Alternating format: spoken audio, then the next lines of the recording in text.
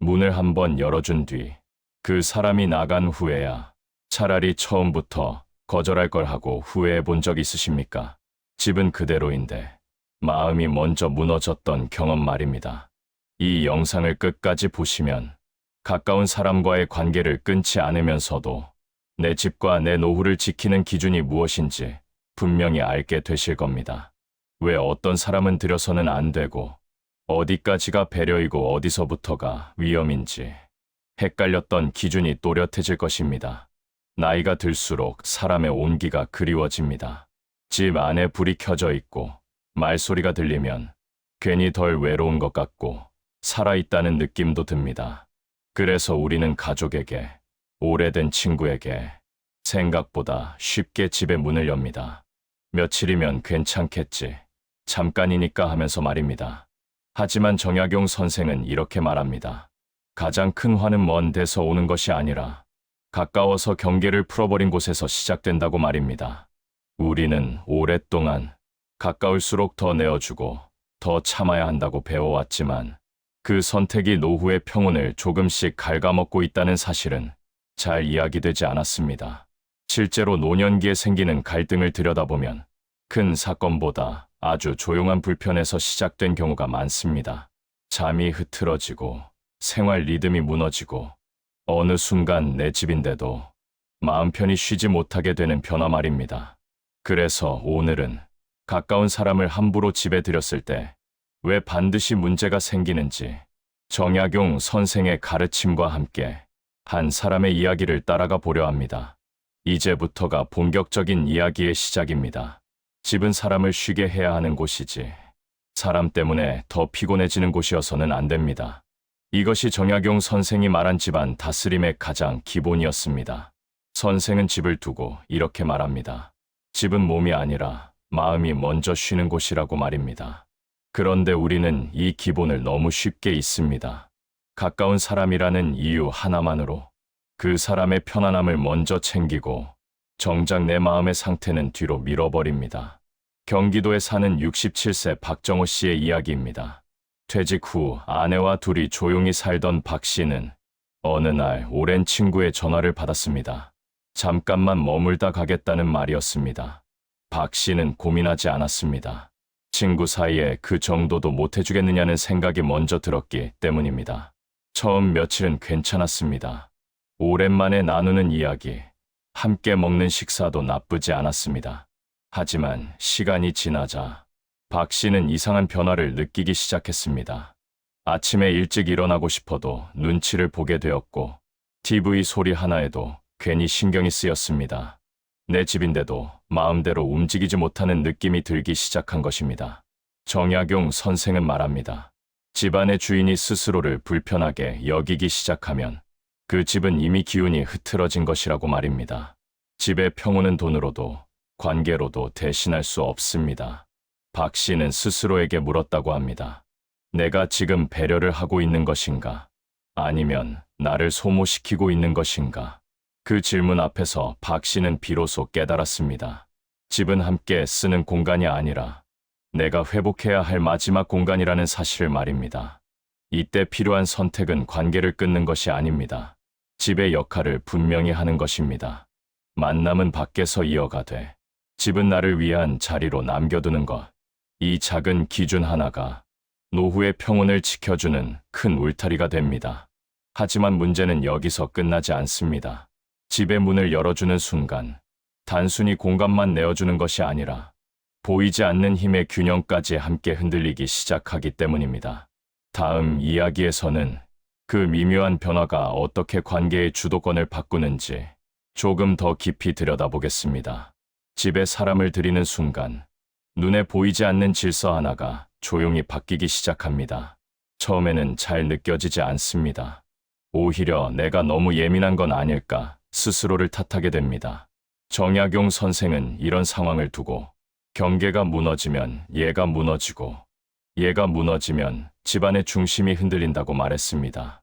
집이라는 공간은 주인이 분명해야 평온이 유지되는데 사람이 머무르기 시작하면 그 경계가 조금씩 흐려집니다.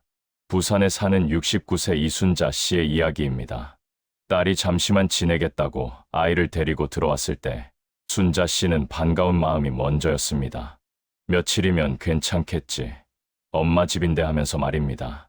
하지만 시간이 지나자 집 안의 규칙이 하나둘 바뀌기 시작했습니다.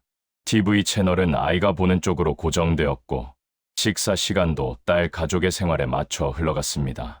순자 씨가 조용히 쉬고 싶어도 집 안은 늘 누군가의 소리로 가득했습니다. 문제는 아무도 일부러 그런 행동을 하지 않았다는 점입니다. 그저 편하다는 이유로, 가족이라는 이유로 조금씩 선을 넘었을 뿐입니다. 하지만 그 결과는 분명했습니다. 순자 씨는 자신의 집에서 점점 주인처럼 느껴지지 않게 되었습니다. 정약용 선생은 말합니다. 집안의 주인은 소리를 높이는 사람이 아니라 질서를 지키는 사람이라고 말입니다. 그 질서가 무너지면 사람은 집 안에서조차 쉴 수 없게 됩니다. 순자 씨는 뒤늦게 깨달았습니다. 공간을 내어주는 순간 결정권도 함께 내어주고 있었다는 사실을 말입니다. 무엇을 언제 먹을지, 어떻게 하루를 보낼지, 그 모든 선택이 자연스럽게 타인의 기준으로 바뀌어 있었습니다. 이때 필요한 것은 다툼이 아닙니다. 누가 옳고 그른지를 따지는 것도 아닙니다. 다만 경계를 다시 세우는 일입니다. 집은 도움을 주는 곳이 아니라 나와 내 삶의 중심을 지키는 곳이라는 사실을 분명히 하는 것입니다. 그런데 이렇게 경계가 무너지기 시작하면 문제는 생활의 불편에서 끝나지 않습니다. 이제부터는 마음의 거리, 그리고 관계 자체가 조금씩 상처를 입기 시작합니다. 다음 이야기에서는 가까울수록 왜 관계가 더 쉽게 무너지는지 정약용의 가르침과 함께 살펴보겠습니다. 사람 사이에는 거리가 필요합니다. 그 거리는 차갑게 만들기 위한 것이 아니라 오히려 오래 가기 위해 반드시 필요한 간격입니다. 정약용 선생은 이런 말을 남겼습니다. 가까운 사이라 하여 매번 얼굴을 마주하면 정은 깊어지기보다 쉽게 닳아버린다고 말입니다. 우리는 흔히 함께 있는 시간이 길수록 관계가 더 단단해질 것이라 믿지만 노년의 삶에서는 그 반대가 되는 경우가 많습니다. 강원도 춘천에 사는 71세 김영수 씨의 이야기입니다. 김 씨는 은퇴 후 오랜 친구와 자주 어울렸습니다. 처음에는 밖에서만 만나던 사이였지만 어느 날부터 친구가 며칠씩 집에 머물게 되었습니다. 김 씨는 불편함을 느끼면서도 말을 꺼내지 못했습니다. 괜히 사이가 멀어질까 봐서였습니다. 하지만 시간이 지날수록 사소한 말투 하나, 생활 습관 하나가 자꾸 마음에 걸리기 시작했습니다. 밥을 먹는 방식, TV를 보는 태도, 아무 생각 없이 던지는 말 한마디까지 예전에는 웃고 넘기던 일들이 이제는 가슴에 남았습니다. 정약용 선생은 말합니다. 사람의 마음은 항아리와 같아서 작은 불만도 차곡차곡 쌓이다 보면 어느 날 넘쳐버린다고 말입니다. 문제는 그 넘침이 한 번 생기면 쉽게 돌아오지 않는다는 데 있습니다. 김 씨는 어느 날 자신이 집 안에서 말수가 줄어들고 있다는 사실을 깨달았습니다. 괜히 마주치기 싫어 방으로 들어가고 혼자 있는 시간이 더 편해졌습니다. 그 순간 김 씨는 알았습니다. 이 관계가 이미 자신을 편안하게 해주지 않는다는 사실을 말입니다. 여기서 중요한 교훈이 하나 있습니다. 관계는 가까움으로 지켜지는 것이 아니라 존중으로 유지된다는 점입니다. 그리고 그 존중은 적당한 거리에서 가장 잘 지켜집니다. 함께 살지 않아도 관계는 이어질 수 있습니다.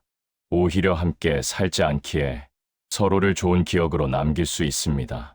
집이라는 공간이 끼어드는 순간 관계는 피할 수 없는 시험대에 오르게 됩니다. 그런데 관계가 흔들리기 시작하면 마음의 상처에서 끝나지 않습니다.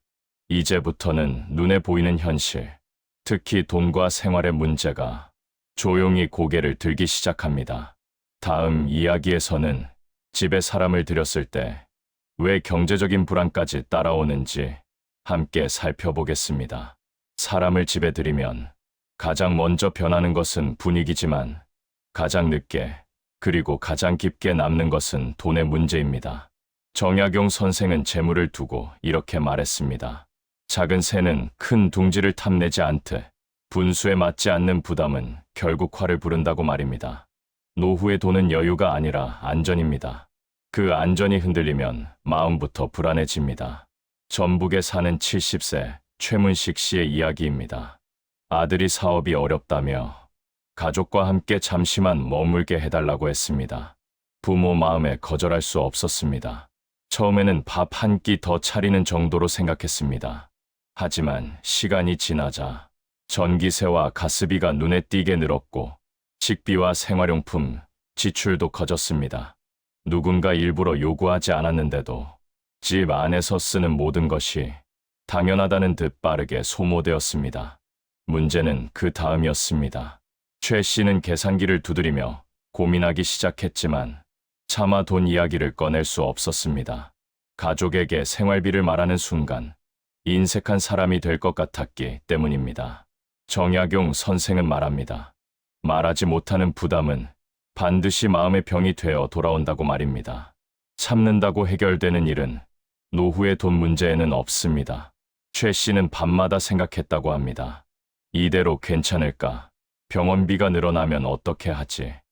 내가 계획했던 노후는 어디로 가는 걸까? 돈이 줄어드는 것보다 미래가 불안해지는 것이 더 힘들었습니다. 여기서 중요한 대안이 하나 있습니다. 처음부터 원칙을 세우는 것입니다. 머무는 기간, 비용의 기준, 역할의 선. 이것이 냉정함이 아니라 공정함입니다. 노후의 돈은 감정으로 다루면 반드시 후회가 남습니다. 하지만 많은 분들이 이렇게 말합니다. 돈은 다시 벌 수 있지만 관계는 한번 틀어지면 끝이라고 말입니다. 정약용은 이에 단호히 답합니다. 관계를 지키기 위해 삶을 무너뜨리는 선택은 지혜가 아니라고 말입니다. 그리고 이 문제가 더 깊어지면 단순한 부담을 넘어 되돌리기 어려운 상황으로까지 이어질 수 있습니다. 다음 이야기에서는 집에 사람이 오래 머물 때 왜 법적이고 현실적인 위험까지 생기는지 마지막으로 살펴보겠습니다. 문제는 여기서 끝나지 않습니다. 사람이 집에 오래 머무르게 되면 그때부터는 마음의 문제도 돈의 문제도 아닌 되돌리기 어려운 현실의 문제가 시작됩니다. 정약용 선생은 이런 말을 남겼습니다. 큰 화는 갑자기 닥치는 것이 아니라 작아 보이는 허용이 쌓여 생긴다고 말입니다. 집이라는 공간도 마찬가지입니다. 처음엔 며칠이었고 그 다음엔 한 달이었고 어느 순간부터는 언제까지인지 묻지 못하는 상황이 됩니다. 서울에 사는 72세 오정자 씨의 이야기입니다.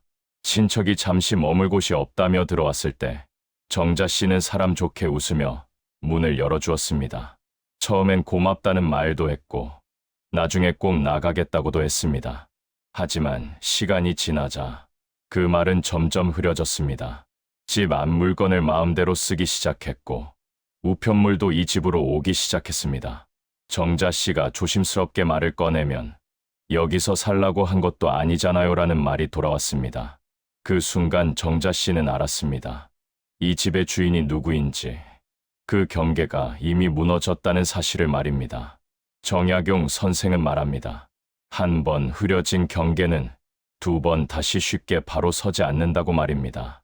집에 머무는 사람이 주인처럼 행동하기 시작하는 순간 상황은 이미 깊이 들어온 것입니다. 여기서 가장 중요한 교훈은 이것입니다. 집은 정으로 운영하는 공간이 아니라 원칙으로 지켜야 할 공간이라는 점입니다. 머무는 기간이 분명하지 않다면, 처음부터 들이지 않는 것이 옳고 이미 시작되었다면 지금이라도 선을 분명히 해야 합니다. 많은 분들이 두려워합니다. 지금 말하면 관계가 완전히 끝날까 봐서 말입니다. 하지만 정약용은 단호합니다. 지금의 불편함을 피하려다 남은 삶 전체를 불안 속에 두는 것이야말로 가장 어리석은 선택이라고 말입니다. 집은 평생 일에 지켜온 마지막 삶의 울타리입니다. 그 울타리를 한번 무너뜨리면 다시 세우는 데는 훨씬 더 큰 상처와 용기가 필요합니다.